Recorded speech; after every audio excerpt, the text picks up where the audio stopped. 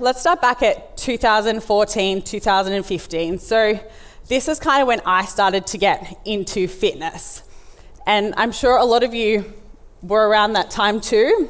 And this is the time of your clean eating, of your cardio is everything, of carbs are bad. And look, I know that carbs are bad still circles around here, but that was definitely huge back then. No days off, thigh gaps. And for me, I always remember when I first started, my screensaver on my phone used to be Candace, the Victoria's Secret model, because she was thin and she had like a thigh gap, and I was like, wow, that's what everyone wants to look like. There was no such thing back then as like chicks with muscle, like girls with muscle. Girls didn't lift like that, you know? When I first started out, it was like all pump classes.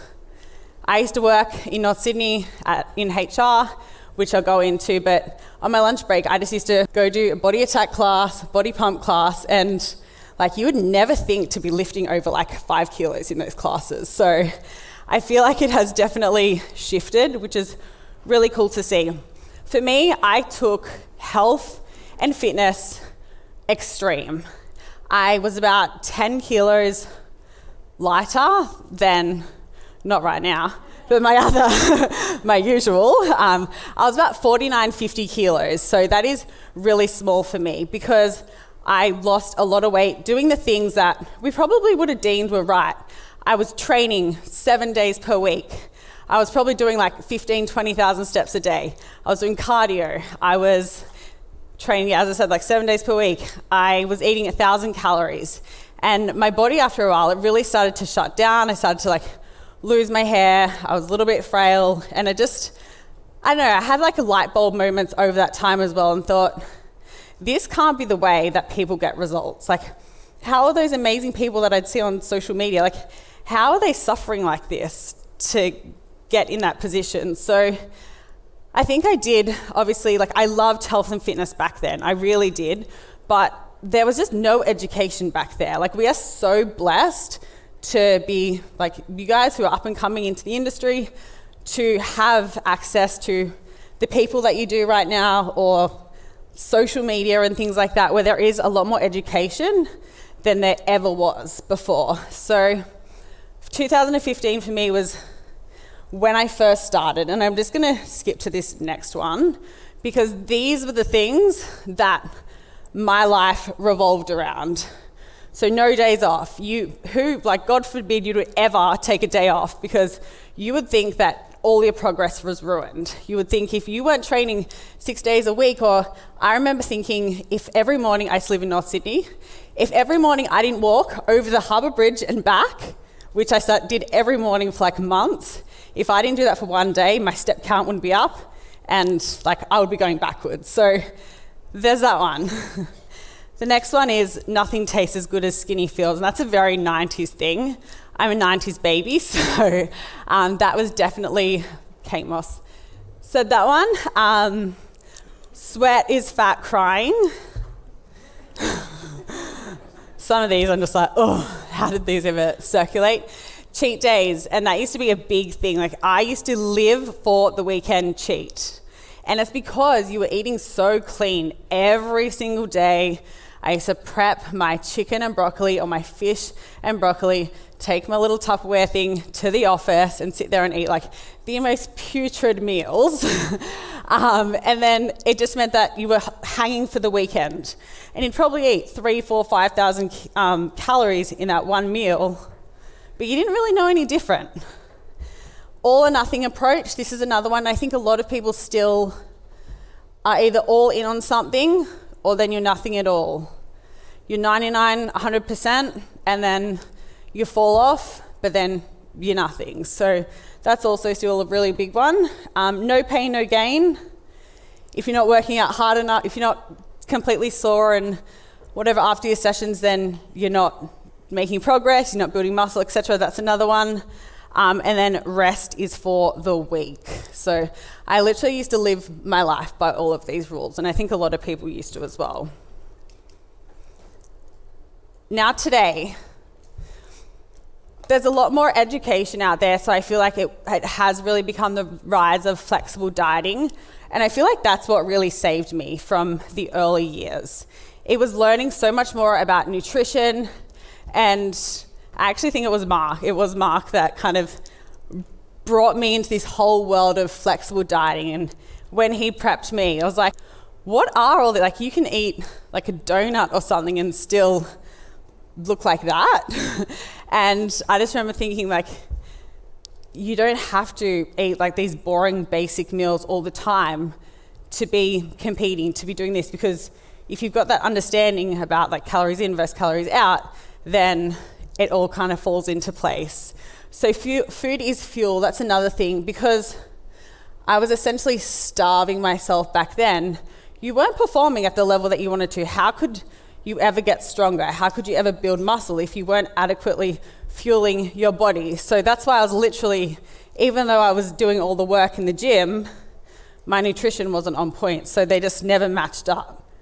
I'd never get to where I wanted to be because I wasn't fueling my body. Weights training. And I think the older I have gotten, the more it's become not just about aesthetics. So you train now because obviously to be stronger, but then for later in life too. And even being pregnant at the moment, I've really owe weight training to having like a strong foundation to be able to still carry on and do the things I love. And also, back when I had my surgery in 2020, my bowel surgery, recovering from that so fast, I credit to having like a strong foundation. You've built muscle, and like freak accidents can happen whenever. So having that support for your body, so building muscle for life, not just for aesthetics. These days, I find it really funny too. Instead of thigh gaps, we have things like muscle mummy. We have girls wanting or having like a huge obsession with glutes, and now we call them dump trucks apparently. An abundance of information, but then there's also a lot of misinformation too. So when it comes to the misinformation, social media is just a breeding ground for that, because there really is no barrier to entry for people to be posting on social media. So that's why we see there's obviously experts in the field, but then there's anyone can write anything on there these days. So misinformation really spreads like wildfire on there. When I first started, how would I get my advice? Bodybuilding.com or magazines. And both of these were very, I find, extreme in a lot of ways. So bodybuilding.com, I felt, was your typical bodybuilder, dieting, training, and that is where, like in my early years, I got a lot, and I would download like a 1,000 calorie, 1,200 calorie meal plan, and literally all it had was like 5 meals a day, chicken and broccoli, maybe it was like 100 grams of each, blah, blah, blah. So you didn't know any different, right? There was never a mention of flexible dieting. There was never anything like that. And the magazines at that time, if you grew up around like that kind of era too, like all of the headlines on there were always like, lose 10 pounds in blah, blah, blah. Or it's always glorifying, I guess, significant weight loss. It was always had the spotlight on a lot of celebrities for how their body looked. There was a lot of shaming over people for gaining any weight. So I think that was the time when you grow up and you're like, well, you had to look thin, because if these celebrities were on the headlining newspapers or headlining magazines and for gaining a tiny bit of weight, then what hope do we have, kind of thing. So that was back then. And now I think it's really cool that we do have experts in their fields, and we're so blessed that we have so many people here over the weekend actually speaking to you and educating you on how to do things the right way. So having that exposure to people now is going to save you guys so much like time, effort, energy on making a lot of mistakes. And a lot of us speak from a place of making mistakes in our pasts, but we've made those mistakes, and now we can actually educate you guys so that you don't have to do the same. Education on social media has definitely become a lot more prominent over the years. When I first started, there was not even video on Instagram. It was all just photos, and everyone just, like, there was not really anything to do with education. It was literally just photos. Photos of your abs. I just remember, like, you used to crop like that much of your body on the photo. There was no caption either. So it's definitely changed.